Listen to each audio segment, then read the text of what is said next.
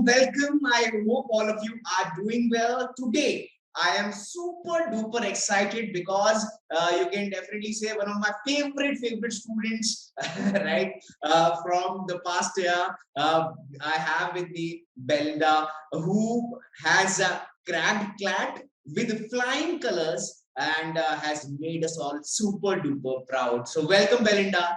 I'm very happy to see you. Hi, sir. Very happy to speak to you today as well.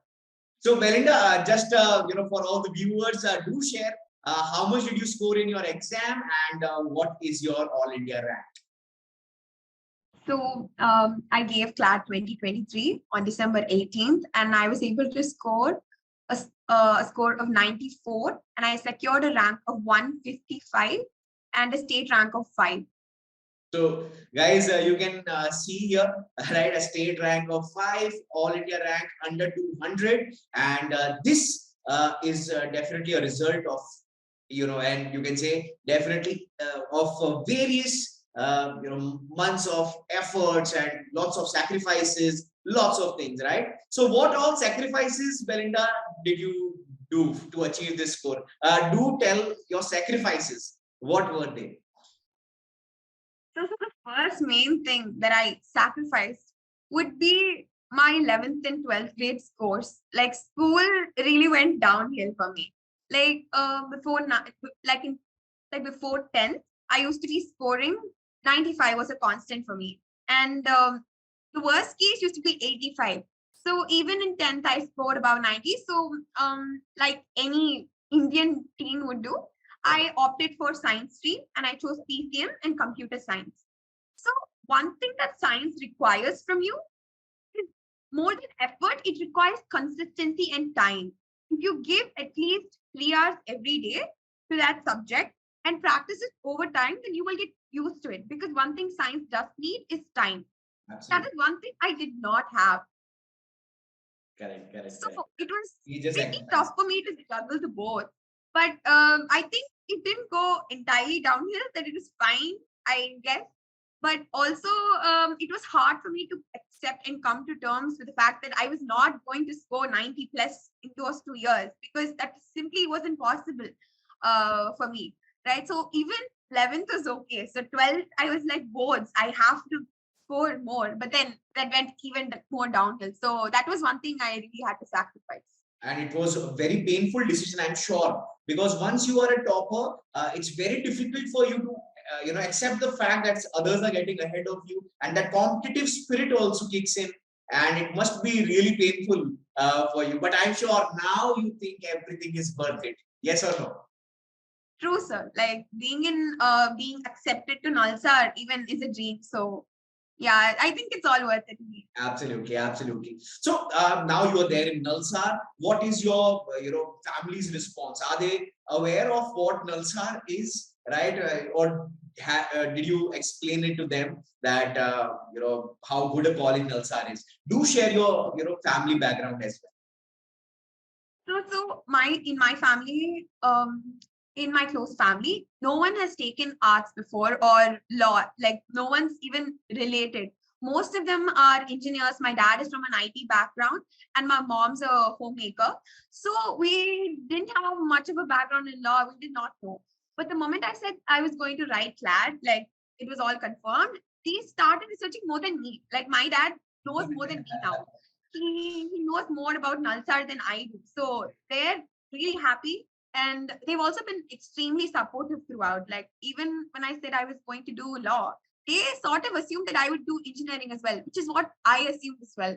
But then the road leads to a place that, law is just mellifluous, because like just like how music is, right? Like you listen to a song, you think that's the right thing, it just hits you right. It's your favorite song because of that. I think that's what law is to me. Like it just hit me right. Like quoting Robert Frost, I'd say we love the little things we love for what they are, and that's what law is to me. So my family is very happy, and yeah, I think they recognize what NALSAR is more than I do. It still hasn't hit me that I am going to the NALSAR. Correct. I can totally understand. Of course, who wouldn't be happy, seeing their daughter progress and go reach to one of the best law schools in the country. Do share, we'll dive into your preparation part, right? So you were preparing for a long time with us, right? Of course, you were one of the most regular students, especially towards the beginning. You never ever missed any classes. Even the quizzes that we did, you were always there on the top 5 always. If I'm not wrong, most of the times you were at the top as well, right? So first position belonged to you. So whenever these quizzes etc happened at that time, how much of your preparation were you doing with respect to general awareness? Because always in the classes you were there in the, whenever we did the quizzes you were there in the top. So do run us through your current affair preparation.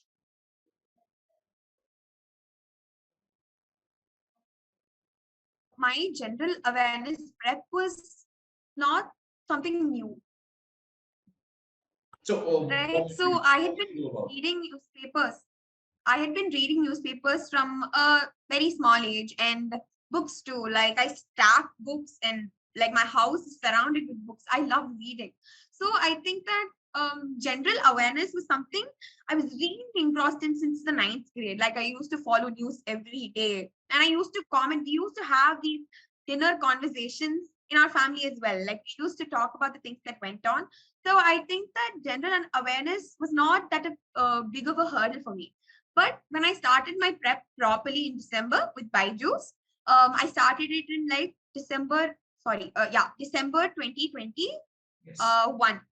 So what happened was when I bought the course, first I was lost. I was entirely lost. I didn't know how to do GK, how you do GK, nothing.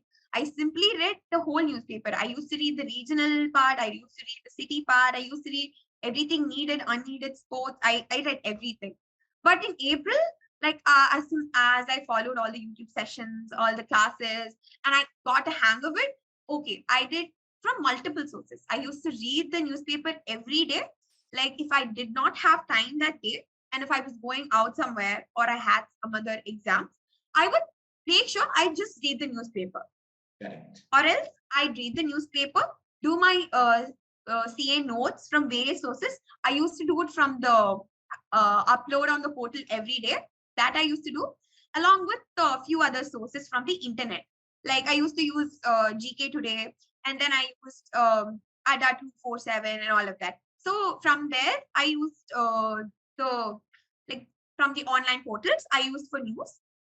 Along with that, I used to watch your YouTube marathons, and I think that's it. Like I didn't feel stress.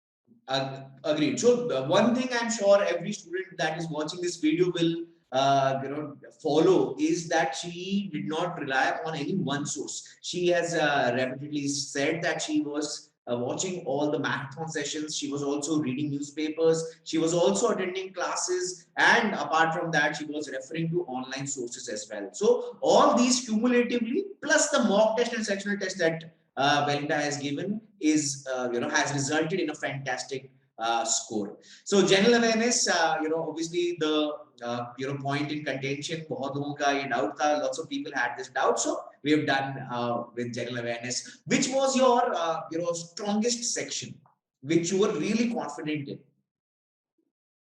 Honestly, I didn't have like a strong section per se. But when like you look at the mock scores, my strongest section was always English and legal. Like both were equally strong for me. So those were my subjects. Like I knew that I could easily score at least a 35 and a 25 above. So that was always my plan. Great. So, if I talk about, you've shared that you had science, maths as your 11th and 12th subject, right? So, mathematics was not a problem. At this score, at this rank, I am sure no subject is weak and no subject is strong. All the sections are strong. But in mock tests, you mentioned that your score was, comparatively better in terms of percentage accuracy, I'm sure, in legal and English. So run us through your mock test journey and your mock test scores. So initially, when did you start giving mock tests? What were your scores then? And as you gradually moved down, what were your scores? How did BYJU'S mocks, and the All India mocks, how did they help? Yeah, do share that as well. When I started researching for what career option I was going to do, I always had law as a very prime option. So I decided I was going to give a CLAT mock one day. So in August, one random mock I found on the internet was my first mock. Right. I think I scored a 65.5 in that. So that was my first mock score. I looked at that and I asked myself, you had no idea about the pattern as well. You just gave this mock and you scored 65. yeah, sir. Like, so I have no time management, nothing. I just blindly went, wrote the mock. It was an online mock and I scored 65.5. Wow. And then I compared it to the toppers and everything said 125. So I was thinking that means I would have to double my score. So then there was so much of self-doubt. I didn't know if I could score any close to it. Correct. So then I told myself, you know what, I am going to cross 19 at least the next 3 months. So that was my target. So when I started with prep in December and we had a summer vacation from April to May, my schedule was I would start prep at 7 in the morning. Like I wanted to just make best out of the summer vacation. I started prep at 7 in the morning and then I take a break for breakfast and lunch and I ended at 5 in the evening. So like it didn't feel hard to me at all. Like for 2 hours I do. Obviously, no burden as such because you are not entirely devoting the entire day from from morning to evening. Keeping a healthy mix of things. 5 p.m. and then what you were relaxing after that. Yeah, so 5 p.m. and then after that I'd possibly read some books, chill, spend time for my hobbies. I used to write. So that is how my summer vacation went. I think that was a turning point in my prep because if I hadn't spent those many hours on prep, I don't think I'd be here today. And in those times, my score used to constantly be above hundreds. Wow, very but then there was a point in July. But even I think after 5 p.m. when you were reading, that also was actually sort of building your reading speed, wasn't it? Yeah, sure, sir. Like, I think every one of my hobbies, like all roads lead to CLAT somehow. Like, it was destiny. Great. Yeah, so please continue. You were talking about your scores. But there was this point in July where I scored really low. Like, my mock scores were plummeting 20 marks, 30 marks. From hundreds, it went to 60s and 70s. And I was thinking, like when they confirmed that the exam was going to be in December, like in April, I assumed I always had a year to go. Correct. But in July, I knew it was going to be held in December. So then that added to the mental pressure and the stress. I was like, how is this going to happen? I'm scoring 60s and 70s. How am I going to be able to get into the top 5? Because my aim was to get into the top 5. Absolutely. So how am I going to get into the top 5? Like 60s and 70s, they are nowhere near 90s and 100s. So honestly, that drop went for 3 months. July, August, and September, I was just in full plummeting. Scores were plummeting. Nothing happened. But the thing was, like I used to cry and continue prep. Like I couldn't do anything. Like I couldn't stop prep now. Like what am I going to do? Stop? No. So I thought, you know what? I'm going to do this. I'm going to persevere and continue. What comes, what happens will happen. So I think at that point, if I had not persevered and given into my intrusive thoughts, then I'd probably not be here. Great. That's amazing. And towards the end of your preparation, what were your scores? See, I know your scores personally, but this is for everyone. Yeah. So, what were your scores in the last month? For the last 1.5 months, I started giving mocks every day. Absolutely. So it was like I give AILET mocks for 2 days in the week, and then the rest were all CLAT mocks. During that time, it varied, but that was above 90. Like my lowest mock scores were around 91, 92. Absolutely. And then my higher ones were around 105, 110. And in the sample papers that the consortium had given us, I was able to score a 116 on one mock and a 108 on the other. So, guys, continuously, Belinda is being real, I'll say, humble here. continuously she was scoring in excess of 100. Every mock result that we saw Belinda was there on the top, right? So continuously majority mocks, right? And her rise was absolutely fantastic, right?